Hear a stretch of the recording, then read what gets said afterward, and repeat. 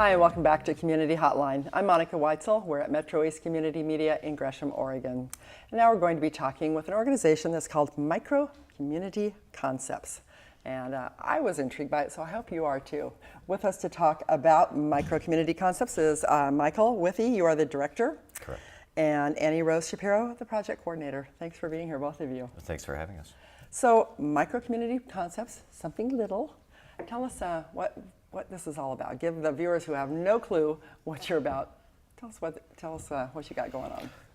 Well, we started working on the homeless issue about 3 years ago, trying to find different ways to help out with either affordable housing or shelter space. Was this you as an individual, or was it part of an organization? Well, it was actually part of an organization it was part of the Occupy Portland movement. Oh, okay. So some of us decided to work on the homeless issue because our camps became homeless camps, basically. Yeah. So instead of just walking away, turning our back, some of us decided to work on the issue. And part of that, during that, we came across the idea of putting a bunch of tiny houses on land and using them as shelter. So we took it to organizations like the St. John's Neighborhood Association, and just to get a feel for what the public opinion would be about having one of these in their neighborhood. And we got a lot of backlash. Did you? We did. People didn't want them in their neighborhood? Why would that be? Well, because of the homeless connotation to it. Because they're thinking of it like a homeless camp. A homeless camp, right. But those little tiny homes are pretty trendy now. They're very trendy. Yeah. So what we did was we just sort of got people's opinions about what would work for them. And what really seems to work for people is that people are paying to live there and not for free. So, so we decided to go ahead and do that, build a tiny community of houses and just charge rent. But affordable rent? A very affordable rent. We don't we really want to mention prices, but it's very affordable. But it's extremely affordable. So that's kind of how we started. It's been a process. Like I said, this particular Micro Community Concepts we started a year ago this month. So this is kind of relatively new. So is there a community that exists right now? No, there's not. Okay, so this is still in the figuring it out stage, and are you working with architects and planners and all that kind of? So we've been working for the last year developing teams. So we have a design and development team of architects and designers, obviously, landscapers. So you're going to do the whole thing yourself. I mean, we're going to do it all ourselves. We have a finance team that will be writing the grants and doing fundraising. We have a media team that deals with all the media. So we have all these different teams, and we've been able to establish a pretty good volunteer organization through our teams. That's fairly impressive, actually. Yeah. So, you as the program coordinator, what is your role in this? I'm helping put some of the coordinator, helping put some of the pieces together, and kind of we have all these really established teams that are doing a great job functioning on their own, but seeing who needs help, what we need to move forward, how and they kind affect of each other, kind of helping connect the pieces and move us forward towards our goal. So what the goal is a micro community, starting with one, and I assume growing from there. Correct? Yes. Do you have a location right now for the first one? So we picked a place at 151st and Stark. It was about 3/4 of an acre for about $300,000. So our architects and designers decided that it would be a good area because of the codes. It's a high density area. So we planned on that piece of property. That piece of property had been for sale for 4 years. So somebody wanted to unload it, I'm sure. So we took this new project to the Human Rights Commission meeting. They had sponsored an event where a bunch of folks were coming in to talk about different affordable housing solutions and homelessness, and we took it and put it out there. And 3 days later, someone bought the piece of property. So we don't like to discuss where we want to put one of these, because as You might soon be as we jinxing it for do, the- Yeah. a developer will come out and buy that piece of property. So we're very careful about I don't talking. blame you. I don't blame you. Yeah, But there- as you can see up there on the drawing, Mm-hmm. Our design and development team put that together for a high density micro community. As you can see, it's got a community center in the middle. It's got 6 bedrooms upstairs. It's got the office downstairs. It's a community room, so all the different projects can go there. There's single units. There's like studios. So right there, that's 156 square feet. which is small. Which That's is very small, small, and it's about $1 a foot a month to rent. About that. So there are those studios. There's also 1 bedroom, 2 bedroom, and 3 bedroom homes 3 bedroom is- on the same piece It's of not property. so tiny, but Right. so are the designers working to make them very efficient, I assume? So I mean, I love all those kind of the furniture that people come up with and the way people design those homes so that this also doubles as this and this folds up into that, and are they doing that Right. kind of thing? We're not going to furnish the houses. Some things, I mean, like where the bed's located or Oh, where yeah. the toilet's located, those kind I mean, you have to Of figure that out course, ahead of that'll time. be part of the design. Yeah. And also built-ins and storage. Right. So there'll be some attention paid to that for sure. So how is all this getting financed then? It'll be financed through grants, through contributions from individuals in the community, which we've had a lot of support for already. So if people are interested in, Yes, please, we have a donate button on our website, or track us down on the street, give us a check. We won't say no. But also through volunteers. We have already had a lot of volunteers put in their time and energy and expertise. so what, you have more volunteer positions available, I'm sure? We do, and certainly once we start building, we're going to be counting a lot on volunteer labor to help put this together. And It's like your own little Habitat for Humanity here. it but, is, you know. yeah, to some extent. So if people are interested, they could go to your website and contact you through there. Yes, and, please. That's a great opportunity for some volunteer work. I like that. So our website is microcommunityconcepts.org and .com, either one. Okay. Now you talked about the Occupy movement, and so some of the people maybe that were there will end up in one of these communities. Right. Who else? Who is this for? I mean, is it for So- anybody, or do you have a specific targeted? So demographic? originally, we do have a targeted demographic, and that's folks making between $5,000 and $25,000 initially, between $5,000 and $25,000 a year. Okay.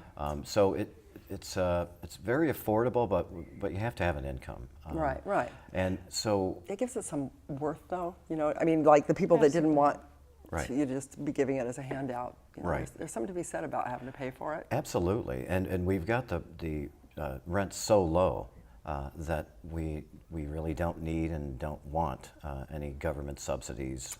Actually, at any point, So the financing doesn't include government. no. Oh, A lot of strings attached. I've heard that. Well, that's interesting then. And Yeah. no banks either. We're going to do Really? it without bank financing and without government money. And so far, you're Absolutely. We can certainly do it. That's a lot of impressive. people kind of freak out thinking that we could do it that way, but it's certainly I can see the doable. benefits of doing it that way. But who will be living there, besides for having that minimum to maximum income, $5,000 to $25,000, we also want to include everybody in our neighborhood. So, and our little micro communities will reflect the diverse population of Portland as far as that's concerned. But we also want to make sure that we include all the different ages and so 20% will be for veterans, 20% for seniors, 20% for families, 20% for single women, 20% for single men. So it kind of encompasses all of You got pretty well balanced out there. Right. But I should add that there are other organizations, like homeless organizations, that would be interested in starting a micro community as shelters. And we are certainly excited to work with them to help develop their own micro community. We won't be running any shelter or transitional housing, but we love the idea of helping other people start it up. So, And there's nothing better than nonprofit organizations working together and collaborating on Right. projects to Right. move things forward. So, And we're an open source nonprofit. Yeah, so that's a big part of our goal. so explain what that means to our viewers when you say that. Right.